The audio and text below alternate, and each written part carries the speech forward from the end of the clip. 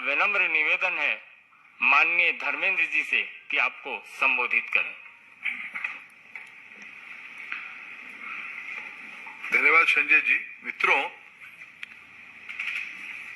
अभी पार्टी के राष्ट्रीय महामंत्री तथा कर्नाटक के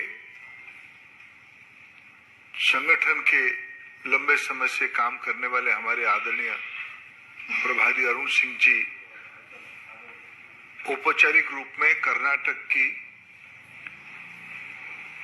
आने वाले विधानसभा, जिसकी नॉमिनेशन 13 तारीख से शुरू होकर 20 तारीख तक चलेगा और 10 मई को चुनाव होगा।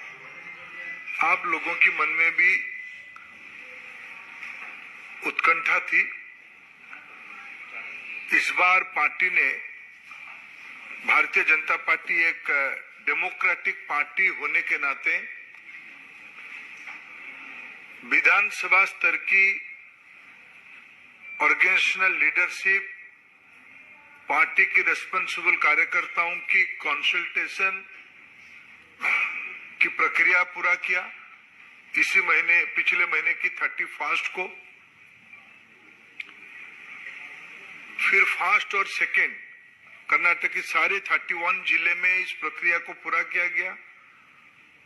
25,000 से ज्यादा ग्रासरूट पॉलिटिकल एक्टिविस्ट, संगठन के कार्यकर्ता उस कंसल्टेशन में पार्टिसिपेट किए। फिर 1 और 2 तारीख में कर्नाटक की डिस्ट्रिक्ट लेवल की लीडरशिप से स्टेट की लीडरशिप, हमारे नेता आदरणीय येदियुरप्पा जी, प्रदेश के लोकप्रिय मुख्यमंत्री बोम्मई जी, प्रदेश के अध्यक्ष नलिन कटील जी तथा तमाम वरिष्ठ नेता जिला की लीडरशिप से चर्चा किया। फिर 4-5 2 दिन स्टेट इलेक्शन कमेटी बेंगलुरु में बैठी। उन्होंने पैनल बनाया, विधानसभा स्तर की रिकमेंडेशन, डिस्ट्रिक्ट लेवल की रिकमेंडेशन, उसको लेके डिटेल पॉलिटिकल एनालिसिस करते हुए हमने, अब मैं केंद्रीय चुनाव समिति ने जो नाम की मोहर लगाई है, उन नाम की मैं घोषणा करता हूं। प्रदेश के मुख्यमंत्री, जिनकी कॉमन मैन की छवि है, मैन की छवि, वह जो उनकी पहले की सीट थी सिगांव, बसवराज बोम्मई जी सिगांव से चुनाव लड़ेंगे। एक कंसेंसी नंबर है 83 सिगांव, लोकप्रिय मुख्यमंत्री, कॉमन मैन की छवि रखने वाले ऐसे बसवराज बोम्मई जी वहां से चुनाव लड़ेंगे। और जेडीएस एक सिंकिंग शिप की तरह डूबता जा रहा है। मित्रों, भारतीय जनता पार्टी के कार्यकर्ताओं ने, संगठन ने कर्नाटक में अद्भुत तैयारी की। आज हमारा संगठन अभेद्य संगठन है, बूथ तक संगठन बना हुआ है। कार्यकर्ताओं की बहुत बड़ी टोली, देवतुल्य कार्यकर्ताओं की हमारे पास है। वहीं केंद्र में माननीय प्रधानमंत्री जी के नेतृत्व में कर्नाटक के लिए किए गए काम, क्योंकि कर्नाटक की जनता प्रधानमंत्री मोदी जी को अद्भुत प्रेम करती है और प्रधानमंत्री मोदी जी के द्वारा कर्नाटक को विशेष राहत भी दी गई। अपर भद्रा प्रोजेक्ट के लिए पैसा, कर्नाटक आज ईज ऑफ डूइंग बिजनेस में भी नंबर 1 है और उस एफडीआई नंबर सबसे अधिक कहीं आ रहे थे, कर्नाटक में आ रहे। उसी के साथ इनोवेशन इंडेक्स में भी कर्नाटक नंबर 1 है। कर्नाटक के लोग भारतीय जनता पार्टी के साथ खड़े हैं और भारतीय जनता पार्टी का लगातार ग्राफ वहां पे बढ़ रहा है। राज्य सरकार का भी बसवराज बोम्मई जी के नेतृत्व में उनकी जो छवि है, कॉमन मैन की छवि है, चाहे किसान रायता निधि हो, चाहे जल जीवन मिशन के माध्यम से 39 लाख लोगों के घर तक पीने का पानी पहुंचाने की बात हो, चाहे अन्य योजना, पेंशन से लेकर के अलग अलग योजनाओं के माध्यम से कर्नाटक की जनता को लाभ मिला है। और सीधे प्रधानमंत्री जी को धन्यवाद इसलिए कर्नाटक की जनता देती है कि सभी के बैंक अकाउंट खुले और सीधे उनके अकाउंट में पैसा जा रहा है डीबीटी के माध्यम से, जो कांग्रेस की जब सिद्धरमैया की सरकार थी तो बड़ी लीकेज होती थी क्योंकि बैंक अकाउंट नहीं खुले थे।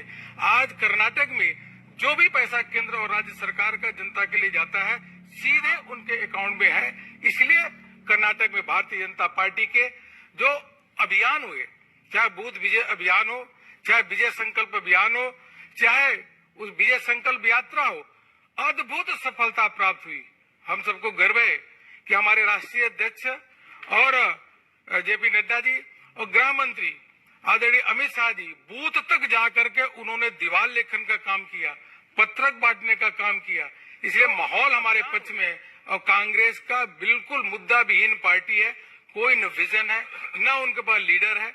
और उसको ध्यान में रखते हुए हम कह सकते हैं कि कर्नाटक में भारतीय जनता पार्टी के पक्ष में हवा चल रही है और कांग्रेस पार्टी जो धरातल पे नहीं है, केवल मैनेजमेंट में लगी है, वह कांग्रेस पार्टी धीरे धीरे धीरे धीरे वो नीचे जा रही है। और हम पूर्ण बहुमत, प्रचंड बहुमत के साथ वहां पे सरकार फिर से बनाने जा रहे हैं। मित्रों, जैसा मैंने कहा, भारतीय जनता पार्टी विश्व की सबसे बड़ी पार्टी है और हमारे यहाँ आधुनिक लोकतंत्र है। जैसे हमारे जिले के, जब प्रदेश की जो चुनाव समिति है, उन्होंने पैनल बना के अपने रिकमेंडेशन को केंद्रीय चुनाव समिति को भेजा। माननीय राष्ट्रीय अध्यक्ष जेपी नड्डा जी के अध्यक्षता में 9 तारीख को केंद्रीय चुनाव समिति ने बैठा और माननीय प्रधानमंत्री जी की उसमें उपस्थिति थी। माननीय डिफेंस मिनिस्टर राजनाथ सिंह जी और गृह मंत्री अमित शाह जी सहित सभी चुनाव समिति के सदस्यों ने वह जो प्रदेश की चुनाव समिति थी ने रिकमेंडेशन किया था, उन नामों पे चर्चा की। उसके बाद जैसे आदरणीय धर्मेंद्र प्रधान जी ने बताया, 189 इतने सीटों की उन्होंने क्लियरेंस दी, जिसकी आज हम घोषणा करने वाले हैं। ये नाम पढ़ने से पहले एक ही चीज मैं आपको बताना चाहूंगा। सबसे बड़ी विशेषता अगर देखेंगे इस पूरी सूची में, तो आपको दिखेगा कि पूरी सूची में जो हमारे फ्रेश कैंडिडेट, नए लोगों को मौका देने वाली भारतीय जनता पार्टी, उसमें से 52 लोग ऐसे हैं जिनको, नए लोग हैं जिनको भारतीय जनता पार्टी ने उनको चुनाव के लिए चुना, वो भारतीय जनता पार्टी के कैंडिडेट होंगे। इसलिए पुराने लोगों का समन्वय, उनका ध्यान रखते हुए नए लोगों को अधिक से अधिक मौका देने का काम ये अकेली पार्टी कोई है तो वह भारतीय जनता पार्टी है, जिसमें सबसे अधिक ओबीसी समाज के लोगों को 32 कैंडिडेट उनको दिया है। उनको ओबीसी को 32, एससी को 30, एसटी को 16। यस, ओबीसी 32, एससी 30, एसटी 16 और उसी के साथ साथ fresh candidate, there are 52 fresh candidate to whom the new candidate to whom the party has given the chance। यही पार्टी की में, हमारे भारतीय जनता पार्टी में खासियत है।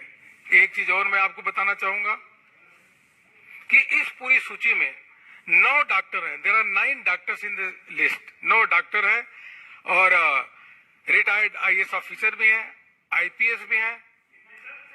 इसके साथ संख्या मैं बताता हूं। और पीएचडी किए हुए पोस्ट ग्रेजुएट 31 लोग पोस्ट ग्रेजुएट किए हुए हैं। इसमें महिलाएं, हमारे सूची में 8 महिलाएं हैं जो टिल नाउ 8